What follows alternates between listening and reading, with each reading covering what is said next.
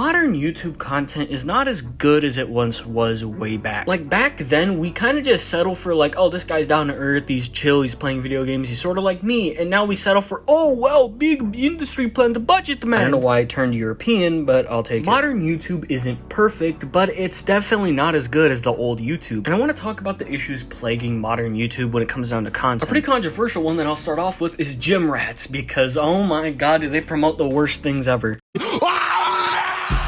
Now look, I have no issue with people going to the gym and losing weight and all that other stuff, but I do have an issue with people promoting things like Trenbolone or non-stop bulking. And it's all under the guise of self-improvement and, you know, discipline and whatnot. A lot of them use steroids, which don't do, and they promote it like, don't do steroids, kids, okay? Don't do it. And they do it all under the guise of, oh, it will help you get bigger and stronger, and it will also make you look better. No, it won't. Like, once you take that needle, your body will be messed up forever, and you're basically going to have the Mr. Krabs back. And then non-stop bulking, which the thing is with non-stop bulking is, why are you even doing it in the first place? You're basically just removing your ability to do anything. Like, these people, unironically, want to be built like Super Saiyan grade 3. And this could lead into steroids with the whole mindset of, oh, I need to get bigger, I need to get bigger, I need to get bigger. Like, dude, why? They have the mindset of, oh, I need to get bigger, I need to get bigger, and I don't need to lose it, otherwise I'm gonna shrink. You're not going to shrink, bro. Okay, you're not gonna shrink. Like, look at Sam Sulek. The dude could barely even breathe. Like, why would you want to be like a guy like Sam Sulek who could barely breathe? And then another person who could barely breathe is She-Bulk. Like, why would you want to be like either one of these people? Yes, I want to be big and strong like them, but they could barely breathe. And then you have people just unironically doing the cringiest shit, like, oh, exercising with a knife in your mouth, like I think it's doing push-ups with a knife in your mouth,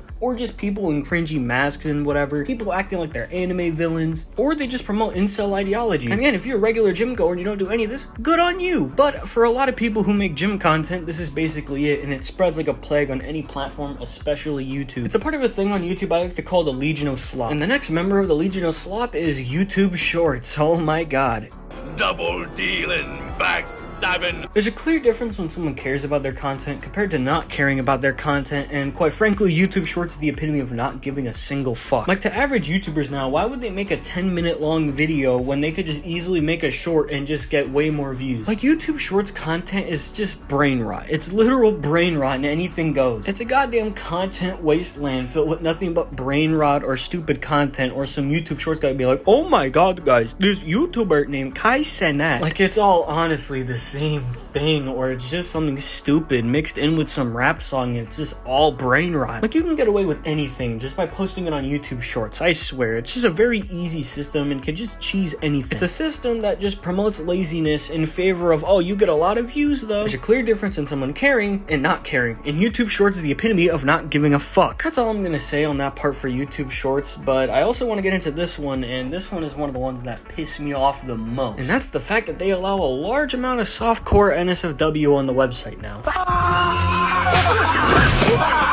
This one really makes me mad because the thing is that this is against the YouTube guidelines, and I'll literally just post a screenshot here. Actually, you know what? I'll read it. Explicit content meant to be sexually gratifying is not allowed on YouTube. Posting pornography may result in content removal or channel termination. Videos containing fetish content will be removed or age restricted. In most cases, violent, graphic, or humiliating fetishes are not allowed on YouTube. Basically saying, if you post this, we'll terminate your channel or remove the video. But they don't really remove these channels, and instead will just give people the Montreal screw job. Like, you're telling me my video can get screwed over because I used a 5-second clip from a cartoon, or I just decided to curse a lot in the video? But you're telling me some internet artist or animator could just make fetish videos including underage characters like Gwen Tennyson or Raven from Teen Titans Go, and they get away with it? And when you try and criticize these videos, some people will actually unironically defend them by being like, oh, well, how else are they supposed to pay the bills? I don't know, getting a fucking job? Like, the NSFW artists and animators on this platform are basically like Walter White in a sense. People think they're doing it to support themselves or their families, when in reality they're only doing it for themselves because they like it. Plus, it just turns people into coomers, and also just promotes laziness because, oh wow, I could get away with putting boobs in my thumbnail, but you can't get away with cursing. So not only does it promote a lazy system, but it also helps people develop things that they didn't even want to develop. Congratulations, modern YouTube. Wow, congratulations. It's just so stupid. I'm sorry, but it's just stupid. Much like the exposed culture that's taken up a large majority of both the internet and especially YouTube.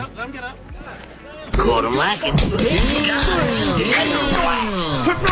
One thing that's been prominent on YouTube since 2016 is this whole expose culture. Like, oh wow, we got him, bro. We got that chat log. We got all this shit, bro. This whole expose culture is more or less an excuse to just be a dick and just to have a ravenous bloodlust on the internet. I wouldn't care as much if 1, they didn't rely on controversy like a drug, and 2, they actually exposed people who deserve to be exposed, like Sam Hyde or Shadman. But they don't do that. They just target people out of pettiness for no reason. One example is Vinesauce Vinny, which, oh wow, dude, he was horny and he was trying to fuck and he fucked someone. Oh, who gives a shit, dude? Like, you're trying to expose someone for having normal consensual sex with a legal adult. One of the most recent ones is Meat Canyon, and look, Meat Canyon makes a lot of weird animations, okay? A lot of weird animations. Can I outright call him a weirdo or a creep or a criminal because he makes weird animations that don't really harm anyone or anything and they're just kind of meant for weird morbid humor? No, not really. But the collective internet really got mad at him. Why? Because he makes weird animations and he said Lolicon was bad. Guys, he had a pretty common take that's an actual good one, guys. He actually spoke facts, but how dare he not be a piece of shit so I can make fun of him? How dare I not add him to the Diddy Force meme? How dare I not be able to expose someone for being a weirdo when he had a pretty common take that's actually factual? Like, you're getting mad at a guy for saying Lolicon is bad. Wouldn't that make you look even worse than him? Like, I would rather have him make a weird animation involving the Tom Brady shit that happened years ago and people were memeing the hell out of it at the time than him be on par with Shadman and be a Chris Tyson level weirdo. The best way I could describe this is irrational bloodlust, and that's exposed culture in a nutshell. You know, I'm just gonna call these people controversy addicts, and here's why.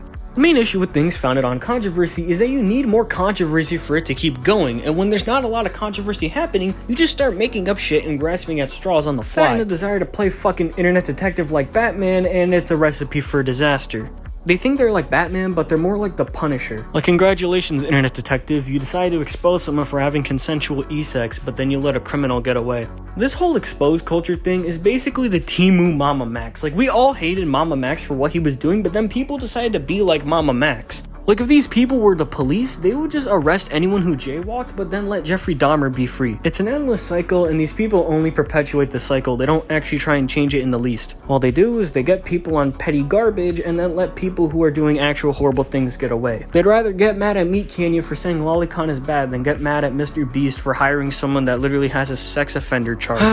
God damn it, Mr. Beast. You know, first you sold out, and then you kind of just proved Jacksepticeye's point. Dear Mr. Beast fans, how do you feel that, you know, one person in his crew was exposed for weird shit and he knew about it, and then on top of that he hired someone with a sex offender charge? They even gave bro a nickname, Delaware, because he's not supposed to be anywhere near a Delaware. Great fucking work. Yeah, couldn't be me or anyone else but Mr. Beast, huh? First he kind of indirectly fucks over YouTube, and now this. Couldn't be anyone else but Mr. Beast, huh? He had to fuck up that badly. Not even Joe Hendry would fuck up that badly. No, not a say his name and he appears. I believe in Joe Hendry. I believe in Joe Hendry.